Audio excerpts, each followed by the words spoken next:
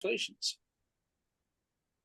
All right, I'm going to start the recording. It's almost time to kick this Green Bay football off with a Green Bay Packer neighbor going to give us our presentation. You're also an SOMS, is that correct?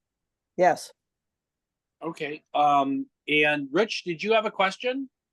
Yeah, I missed the earlier discussion. Is there a time limit on the open book exam? Is it like 3 hours. 3 hours? 3 Yes. hours. Okay, It's thank you. it's 50 questions in 3 hours. I finished it in 2 hours and 50 minutes. So between the research that I did and everything, that was the name of that tune. Any other questions before we take off with our next presenter, Rebecca Welsh? Any other questions? Rebecca, I'm going to mute myself. And if you have, folks, again, if you have any questions, just send me a text so we can keep the class going. And with that, we'd like to welcome Rebecca Welsh. Welcome, everybody. I'm really happy that you're all here and interested in marine safety. Again, this is one of the courses that you can take for OXOP that gives you points towards that membership. So, and this is also, this course is also required for the marine educational, environmental educational specialists qualification too, for those of you who may be joining to gain a marine safety qualification. So this chapter 5 kind of dovetails on chapter 4. Chapter 4 talked about the marine safety environmental protection program for the Coast Guard, and now this is the auxiliary introduction to that. So how the auxiliary support marine environmental protections. Oops, sorry.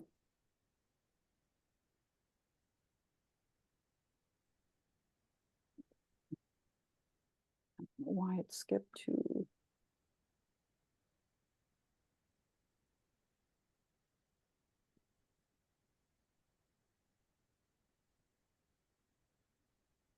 So what we're going to talk about here, the outline, we're going to talk a little bit about the public education program for sea partners, aquatic nuisance species, the Good Mate program, the National Clean Boating Campaign and the Clean Vessel Act, the Clean Marina program support, the National Marine Debris and Beach Cleanup programs, marine mammal monitoring, hazmat and HAZWOPER, and the qualification for auxiliary assistant pollution responder, which is the AUX-ED. And then we'll go over some review and study questions. So the picture here, this is the tugboat Michigan. This is in the Kinnick River in Milwaukee. It's attached to a barge, so you can kind of see forward of the tugboat, the larger black vessel that's in front of it. Pretty much its attachment to the barge prevented it from sinking all the way into the river, but this was a marine pollution response from Sector Lake Michigan.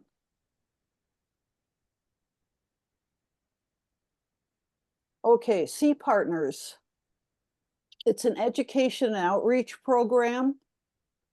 It raises public awareness on environmental pollution and improves compliance with marine environmental laws and regulations.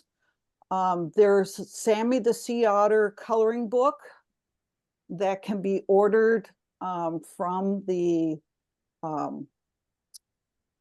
auxiliary National Supply Center. So you can, for educational outreach, especially for younger children, you can order that book. The legislative authority for the Sea Partners is the Marine Plastics Pollution Research and Control Act of 1987. So that's the MPPRCA.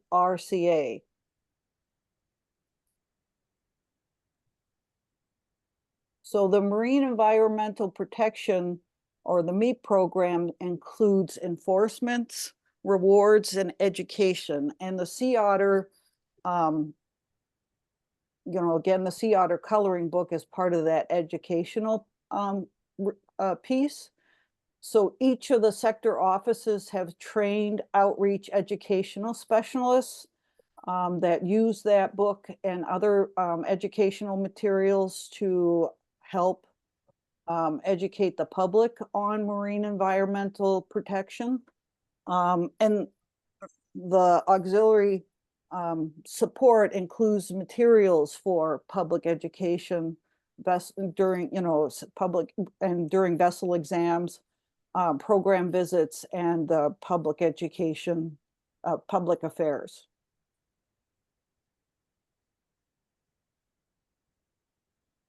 So again, Sea Partners, the educational philosophy for the Marine Environmental Protection Program is to enforce regulations for users who are aware and do not comply. There is rewards for those users through the Bankert Award. Now, in your study guide, there's a link to the Bankert Award. William Bankert was a rear admiral who is considered the father of environmental protection. And there's an award to industries and facilities and marinas on keeping environmental pollution out of the waterways. And then the other piece of the outreach is to educate those users who do not comply with regulations due to unawareness. And they do that through the Sea Partners campaign.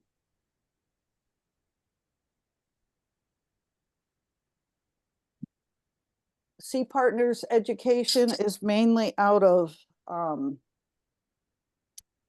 sector prevention offices and with a team of trained outreach specialists presenting a variety of educational opportunities to a variety of audiences.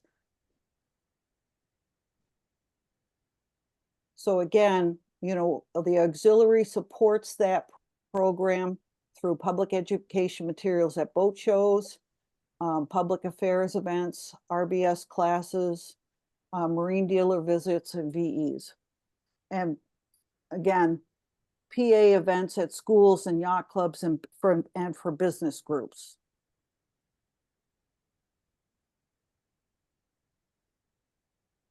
The next area for environmental aquatic nuisance species mitigation as part of the marine environmental protection is for non-native plants and animals being introduced to waterways and teaching, again, through public education and public affairs events to the public on how to avoid the spreading of aquatic nuisance species.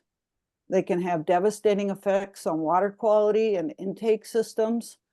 For the Great Lakes, zebra mussels are one of the aquatic species that a lot of people know about. They can be introduced accidentally or intentionally. They can spread by recreational activities, scubas, activities, waterfowl hunting, recreational anglers, boating, seaplanes, and through PWC operations.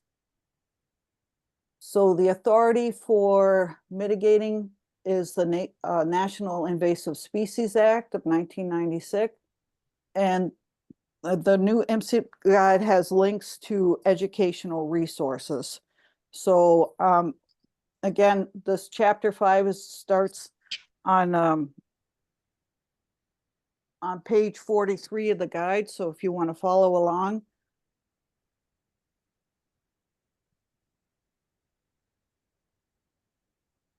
Another program that's for marine environmental protection is the Good Mate program. It was developed by the Ocean Conservancy for recreational boater education. It's also a required course for OXMES. And OXMES is again, the Marine Environmental Educational Specialist. It's now referred to as the Auxiliary Prevention Outreach Specialist. Environmental Education and Awareness Program on waterways management and also conservation issues. And there's a whole other resource guide to the Good Mate program, and there's a link to that in the guide.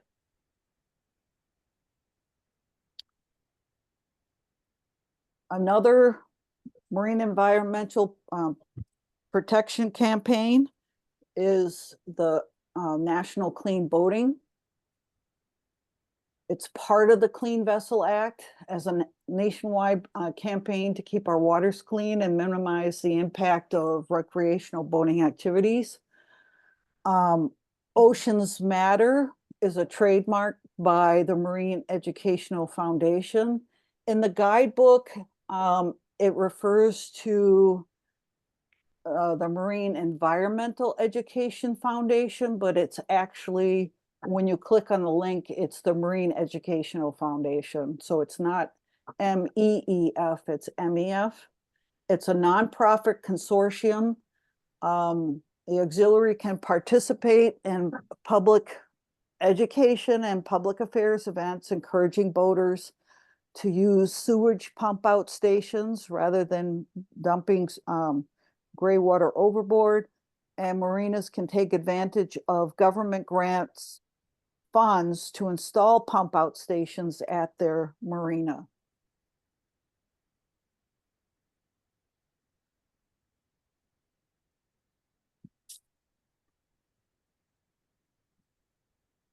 All right, so just so you're aware, there is a question on in the exam about the Clean Marina program. So just want to review that with you. It encourages effective management practices for marina operations to improve water quality. And auxiliary can provide information on programs through those marine dealer visits and the public affairs events. And the question from the exam is, marinas can earn the state Clean Marina Flag designation if they follow certain guidelines.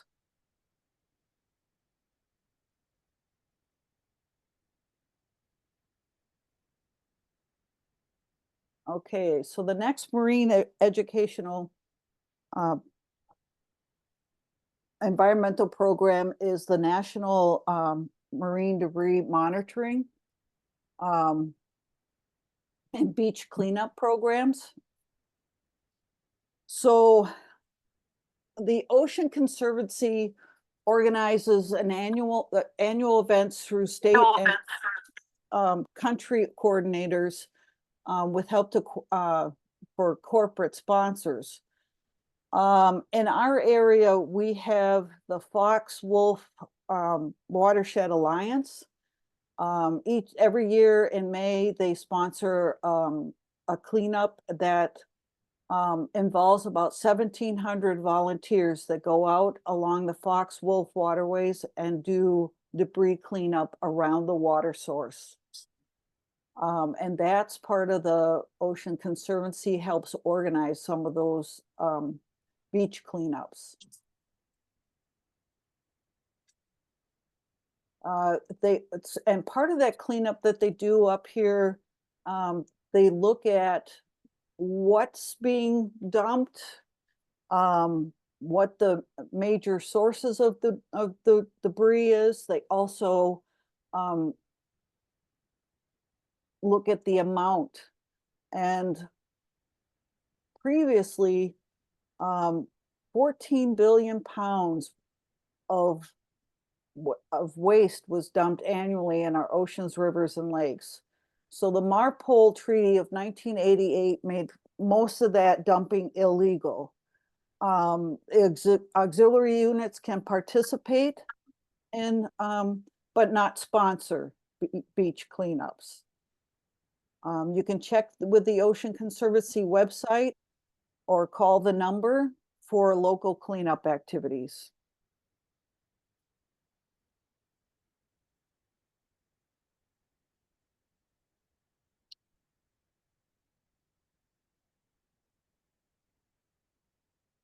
So, and just going back to the other slide,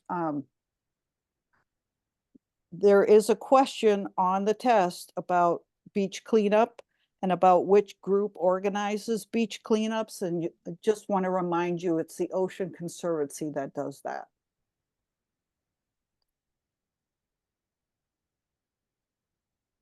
Okay, the Marine Mammal Protection Act provides federal protection and monitoring and management practices to reduce injuries and rescue stranded or injured marine animals and mammals. Coast Guard's role in marine rescue started with the origins of the Revenue Cutter Service. The first marine protection laws were enacted in 1868. The Endangered Species Act and the Marine Mammals Protection Act is now the enforcement for the National Marine Fisheries Service, and auxiliary offers support, but through patrols and rescue assistance, and also public education and public affairs events to teach the public about marine mammals and preventing injuries.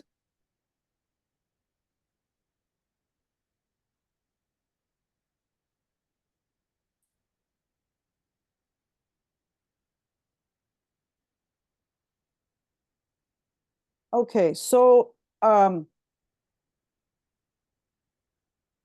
auxiliary support for the Coast Guard for the marine environmental protection and response programs.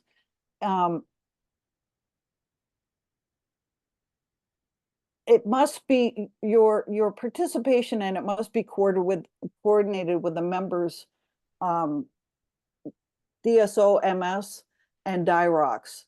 We have absolutely no law enforcement, and members that are in the environmental protection must be trained in hazmat and hazwapper with no entry into confined spaces. So 46 CFR, the Code of Federal Regulations, does not allow auxiliaries to do any law enforcement or any hazmat cleanup or any entry into confined spaces. And that's at the beginning of Chapter 5. You'll see that right on page 43. So hazmat. Question, please. Sure, Dave. What level hazmat do we need to be trained at? So it's the 8-hour course it's the hazwapper. And basically what auxiliaries can do is observe and report. So you can let again, going back to the National Response Center, you can call them if you see an environmental spill, whether it's oil or hazardous waste, and all you can do is report it and observe where it is and let them know. And then other agencies will get involved depending on where it's at, whether it's in a federal waterway or another area, like EPA or again, For the state of Wisconsin, it's a DNR. It depends on what area that spill is, but they do not want you to directly get involved in the cleanup unless you've had a certain amount of training. And even then, it's not, they prefer that there are agencies that the government hires to help with cleanup, and those people are specifically trained on certain materials to do that cleanup.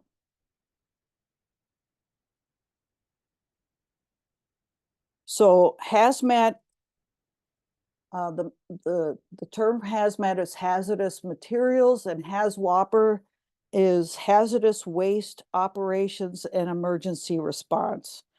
And this is covered more in chapter 12. So you'll be getting more information on this later.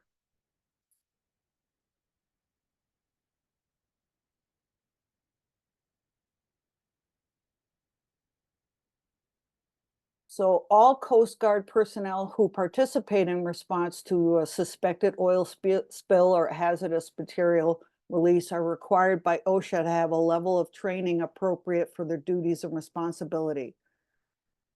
The first the first training is responder awareness, is a 4-hour course from FEMA, and anybody can take that course. And then the HAZWOPER, there's an 8-hour training course that is required for the OX-ED qualification. Auxiliaries must stay upwind or upstream and call for help. And then the National Response Center, that is the phone number that you would call to report a hazardous material or oil spill.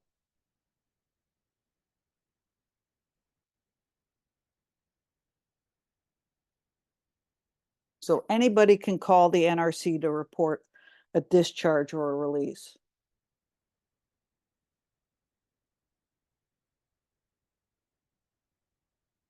So you can kind of see here, this is, you could see the oil, the sheen that's on the water. It looks like there's some absorbent boom that was laid to help, one, keep the waste, the spill contained, and also to absorb it.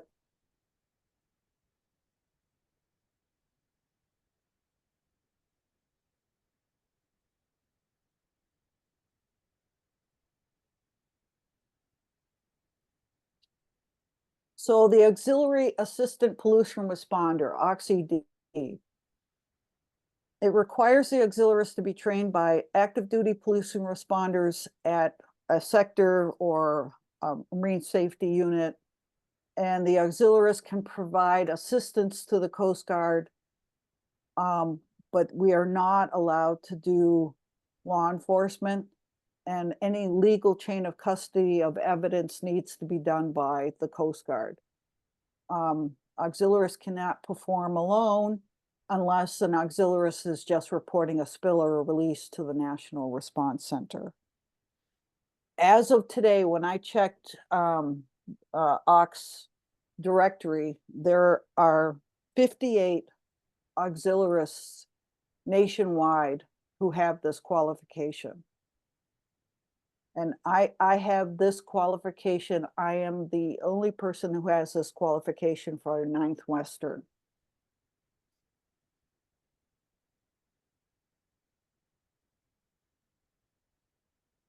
So You know, chapter it gets 5, kind of frustrating when Coast Guard is requiring people to have the course from the Coast Guard, even though they may already have that training, you know, at like their state level or something for their jobs. if you have the HAZWOPER qualification or training from a state job, you can, if it's the FEMA, you can just show them the certificate. Oh, wonderful. Thank you. I Yeah. feel a lot better about that now. Yeah, it's not necessarily Coast Guard. It just, you have to be trained in order to get the certification as an OX ED. It's part of the PQS. Okay, so review questions. So first responders are at an operator level, an intermediate level, an observer level, or an awareness level. Are individuals who are likely to witness a hazardous substance release and who have been trained to initiate the emergency response sequence by notifying authorities of the release. So C, that Awareness would level. it's yeah, it's the awareness level. D. oh, Yep. E. So Oh, it's what was the that? answer is D. D is in Delta. It is the awareness level. You are aware that something's in the water that looks suspicious, that could be an oil or hazardous waste material release, and you're going to call the National Response Center. And what that will do is trigger people that have the qualifications and the know-how to come and look at the spill and determine how the cleanup is going to proceed.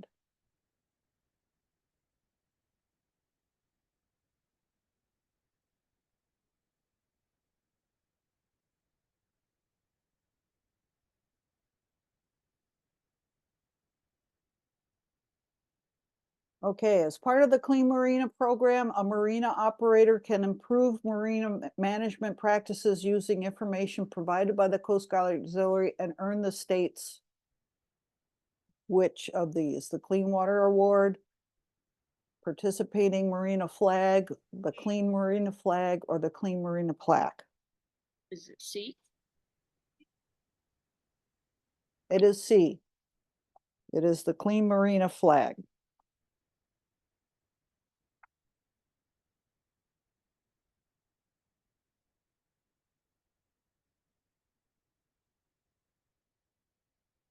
The blank organization organizes the National Marine Debris Monitoring and Beach Cleanup programs annually through a network of state and country coordinators to help with the help of corporate sponsors. So is it, which A. one of these?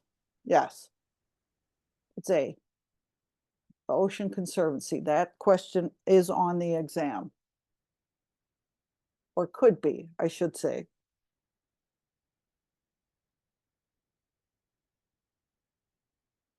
True or false? Auxiliaries participating in a MOM may assist in the cleanup of chemical spills when approved by the division commander. False, Why, Dave? because you don't have the training needed. And we may get into law enforcement things where you have to worry about a chain of custody. Exactly. Plus, you don't know what you might be getting into if you haven't had the training to know what sort of hazards you could be dealing with. Yeah, you could, there's, hazardous waste out there that can carcinogenic and mutagenic and all other health issues that can be caused by getting, in contact with that. So basically what you want to do is just call and let somebody know you see something that's should not be in the water.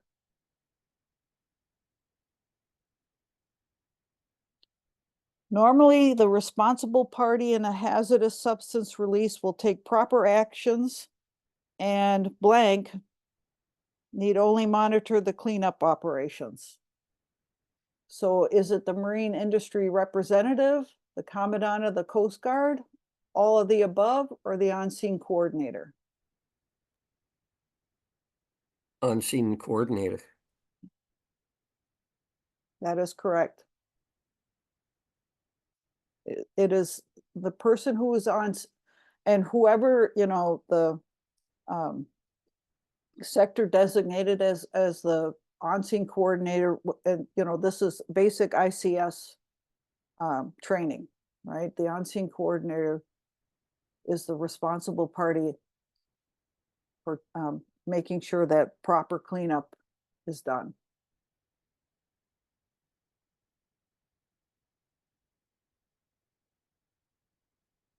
Okay, so here's another picture of the tugboat Michigan and the Kinnickinnic River. So you can see there's some adsorbent, the orange boom is kind of confining the spill to the side of the river, and there's if you see the white boom there, that's sort of the absorbent that will help again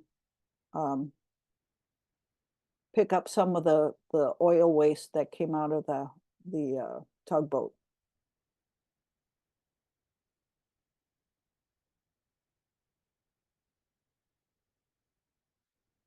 So the chapter 6 is kind of talking about the marine transportation systems and waterways management.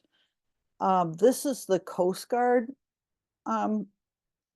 sort of introduction to it. Jim is going to go into more depth about the auxiliary support for marine transportation systems and waterways management, but we're going to just start with sort of a brief overview of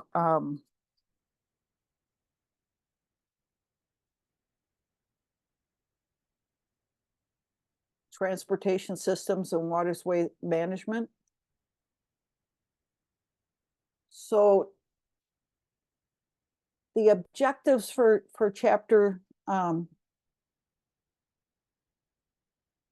6 is talking about the Office of the Bridge Programs, Office of Waterways and Ocean Policy, and the Office of Navigation Systems.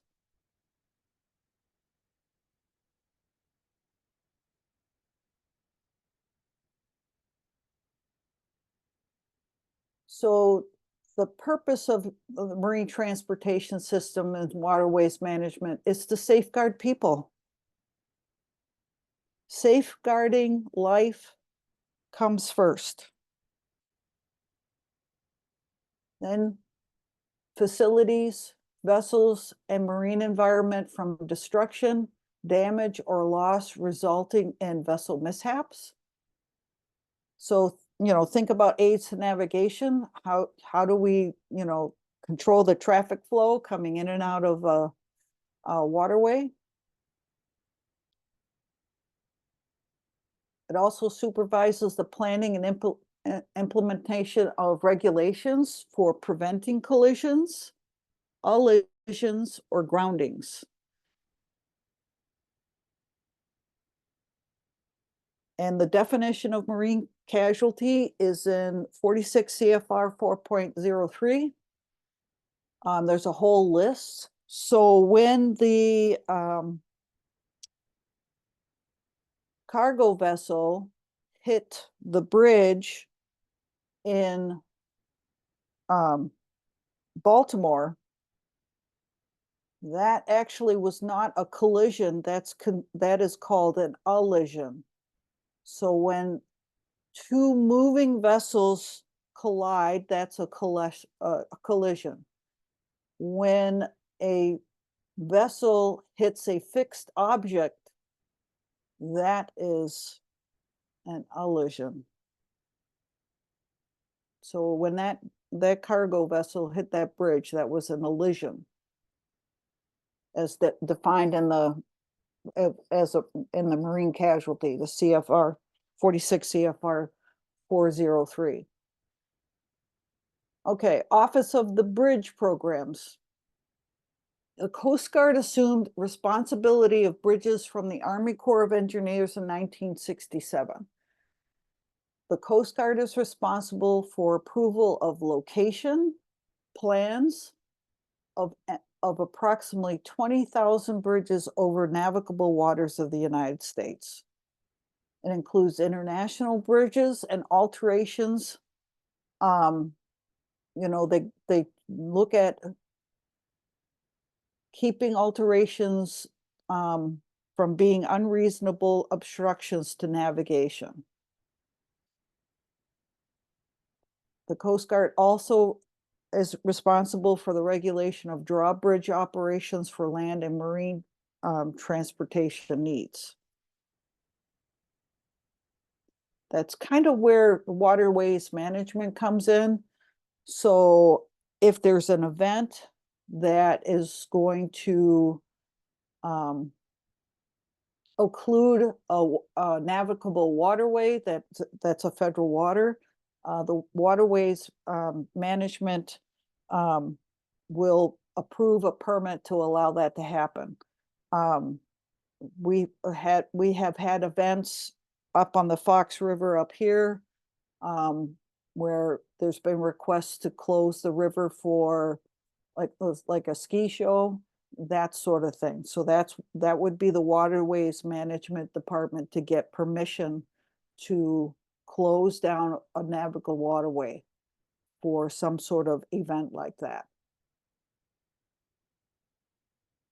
So Office of the Bridge Programs, the goals is permitting, issue construction or alteration permits for bridges over navigable waters, regulation, ensuring operation and markings of movable bridges for safe passage of vessels underneath,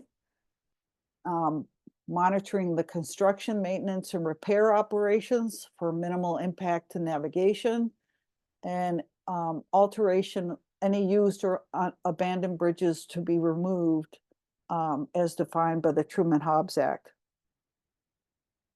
So that is the goals of the Office of Bridge Programs.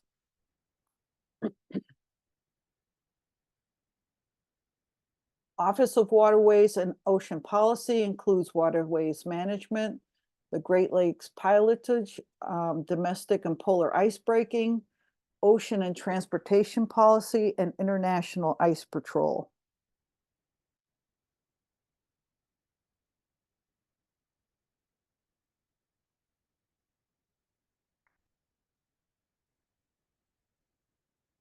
So the Office of Navigation System is composed of 3 divisions: aids to navigation, and then Navigation Standards Division, Navigation Technology and Risk Management Division, and reports directly to the Director of Marine Transportation System, which falls under the Assistant Commandant for Prevention Policy.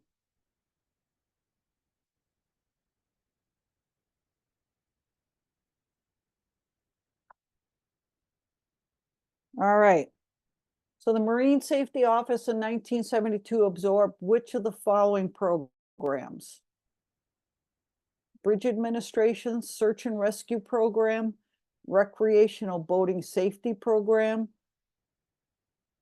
and the Port Environmental Safety Program. All of the above, 1, 3, and 4, none of the choices, or only 1 and 4? B, 1, 3, and 4 only. And that is correct. It is B.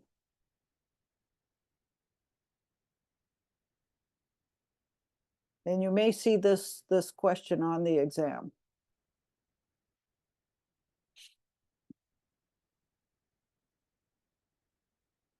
Sector response.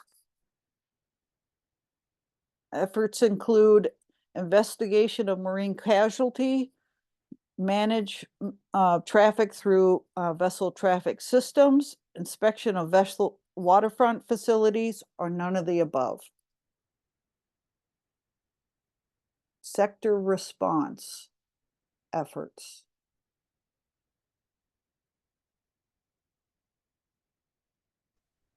A.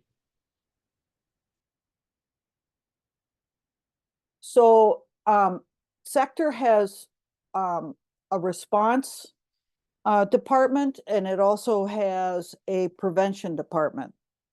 So it's actually none of the above, because when you think of sector response, think of search and rescue. So they're trying to trick you here. So prevention, the prevention departments would investigate marine casualties, manage traffic flow, and inspect waterfront facilities. Because what they're trying to prevent incidences, where sector response would be more about, you know, responding to like a search and rescue. That's one way to think about it, so that so you don't get tricked.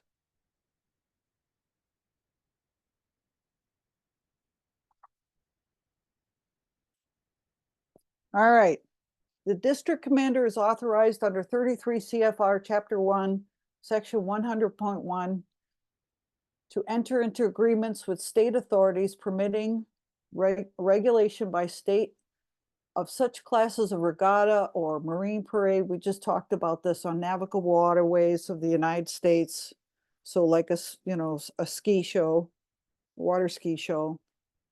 In the opinion of the district commander, the state is able to regulate them in such a manner to ensure all state and federal regulations are followed, ensure all federal safety regulations are followed. None of these choices ensure safety of life. D. That is correct. So really what this question is doing, it's looking at whether you're looking at 33 CFR Chapter 1 Section. So when you're taking the exam, you might have to open up the ECFR and actually look this up, because that way, you know what the answer is. So if you look under that, the ECFR,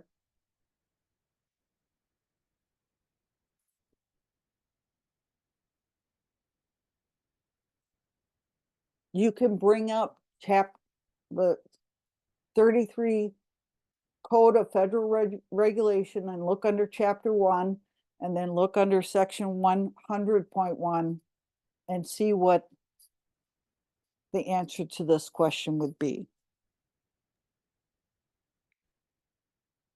And the answer is D as in dog, because that is the, sorry, my mouse keeps playing with that. Okay, so that's the way to think about the test is, and let's go on to the next Well, can you slide. just say the correct answer again? D, D. D, because I heard B initially. Okay, thank you. D is a dog, so ensure the safety of life. That's what I thought, because you said Yeah. that before. Yep. Okay. Thank you for you. asking, Jerry, because maybe not everybody got that, so I appreciate that. So just a reminder, IMSEP is an open book exam. You know, proctored exams are not. So this is an open book exam. You have your resources and have them open so you can refer to them. The exam has 50 questions. You've got a 3-hour time limit. You can flag, as you know, if you've taken tests before, you can flag questions that you want to go back to because you're not sure of the answer. A lot of the information is in PDF form. So under, you know, Acrobat Reader in the search bar, look up the keywords. That's my best advice to you.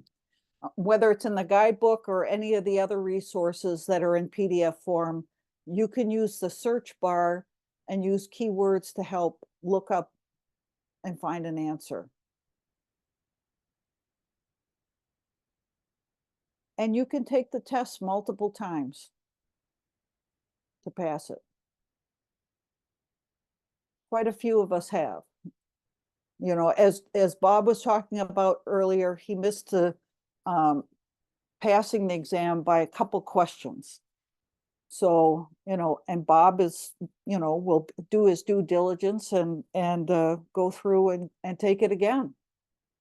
But again, use your resources, use your search bars, use your, you know, Google searches if you have to, but open up the, you know, the resources that are mentioned in the guide prior to taking the test, so you have it all open to search for keywords and the answers.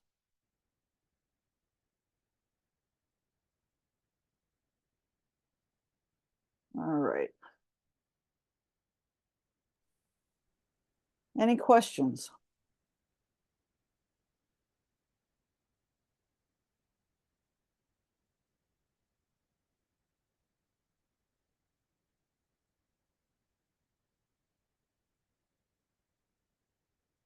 Oh, can you hear me? Will we get a copy of this slide program? You'll get a copy of the recording. And I don't, you know, if I don't know what Bob's plan is for the slide deck. Bob He could probably usually answer sends that. out a link for a YouTube recording of the meeting or the class.